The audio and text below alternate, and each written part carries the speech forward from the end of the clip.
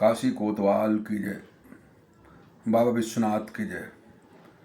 मार्गशीर्ष कृष्ण पक्ष अष्टमी अगर सायंकाल है, प्रदोष व्यापनी है, उसमें श्री भैरवनाथ का प्रकट महोत्सव मनाया जाता है। एक बार ब्रह्मा जी देवताओं के साथ सुमेर पर्वत पर बैठे हुए थे। देवताओं ने पूछा, कौन ऐसा पूजनीय है जिसकी वंदना कर सकते हैं? ब्रह्मा ने अपने आप में ही कहा, मैं ही अचिंत हूँ, मैं ही पालन पोषण करता हूँ। विष्णु भगवान ने कहा कि ऐसा कैसे है? पालन पोषण करता तो मैं हूँ, तुमको सृष्टि की रचना का उत्तरदायित्व मैंने सौंपा है। ऐसा कुछ बात विवाद हुआ। उस समय एक दिव्य ज्योति प्रकट होती है। जिस दिव्य ज्योति प्रकट होते ही उसमें भोलेनाथ प्रकट हो जाते हैं। भोलेनाथ को देख करके सारे असत करने लगते हैं। ब्रह्मा जी कहते हैं, आओ रुद्र, तुम मेरे पांचवें सर से उत्पन्न हुए हो। रोने के कारण तुम्हारा नाम मैंने रुद्र रखा है। शंकर भगवान को क्रोध आ जाता है। एक पुरुष को अपने शरीर से प्रकट करते हैं और उनका नाम काल भैरव रखते हैं। काल भैरव से कहते हैं, इनके पांचवें सिर का छेदन कर दो। नखों से पांचवा सर विदीर्ण कर देते हैं भैरवनाथ। भगवान भोलेनाथ की ब्रह्मा शत्रुद्री से प्रार्थना करने लगते हैं। भगवान नारायण भी प्रार्थना करते हैं। भैरवनाथ से भोलेनाथ कहते हैं, तुम तीनों लोकों में भ्रमण करो। उसके बाद काशी के अधिपति आप पापी पुरुषों को दंड और धार्मिक पुरुषों का संरक्षण करना। सब जगह घूमते घामते त्रिलोकी में वैकुंठ लोक में जाते हैं। नारायण भोलेनाथ का ही रूप मान करके प्रणाम करते हैं। त्रिनेत्रेश्वर आए हुए हैं। लक्ष्मी से माता से कहते हैं, प्रणाम करो।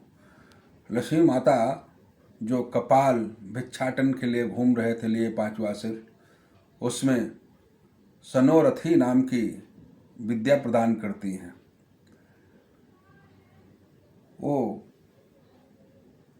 जो ब्रह्म साप लगा था इनको, वो पाप जो है इनका पीछा नहीं छोड़ रहा था। जब काशी अविमुक्त क्षेत्र है, वहाँ पर दर्शन से काशी के क्षेत्र में पहुँचने से ही सारे पाप तत्क्षण भस्म हो जाते हैं। वहाँ पहुँचते ही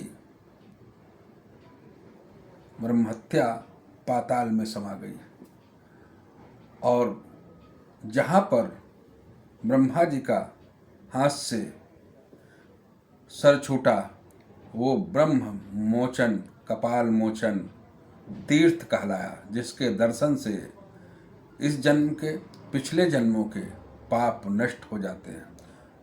वहाँ पर भैरव जी ने आनंद मग्न होकर के नृत्य करने लगे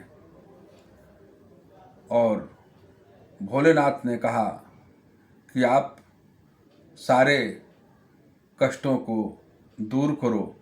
जो मेरा दर्शन करने आएगा और काशी के आप कोतवाल हो, आपके दर्शन के बिना उसको पूरा फल प्राप्त नहीं होगा।